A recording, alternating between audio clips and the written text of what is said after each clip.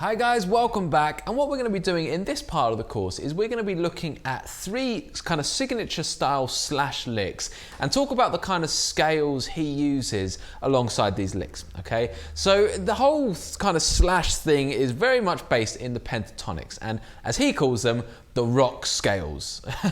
And you know what he means by that is the 5 pentatonic shapes, and specifically the 5 minor pentatonic shapes. You know, so if someone says to him, we're soloing the key of A, you know, that very much, you know, means and fires up the idea of just going, you know, A minor pentatonic, 5 shapes, and off we go.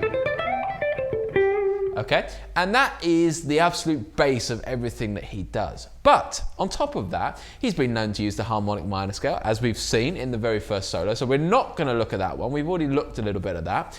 He also uses the major and minor, so the full scale, adding those extra notes. He uses the major pentatonic scale and the blues scale as well. So there's actually quite a lot layered up on top of those basic rock scales, the pentatonic scales.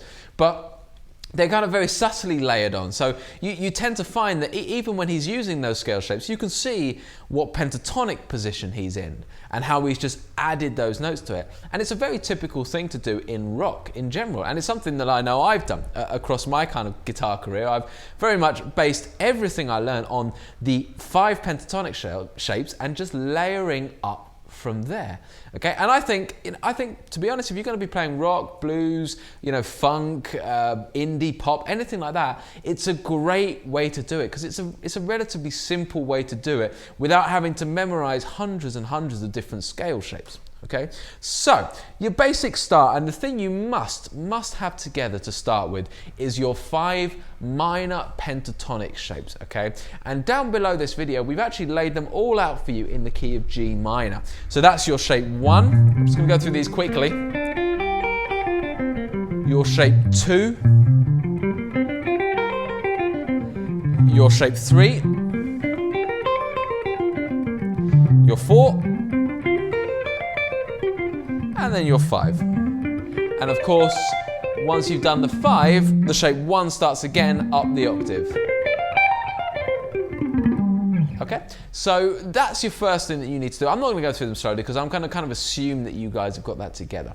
But something I want you to bear in mind as we go through this is I'm still going to use shape 1, 2, 3, 4, and 5. Those terms, so shapes, to define everything else. So when I get to the, I don't know, blues scale, for example, I'm still going to say, this is shape 1, and this is shape 2. Even though we're doing a blues scale now, I'm still going to use the term shape 1, shape 2. Even when we did the harmonic minor, if you remember, we did this kind of harmonic minor scale.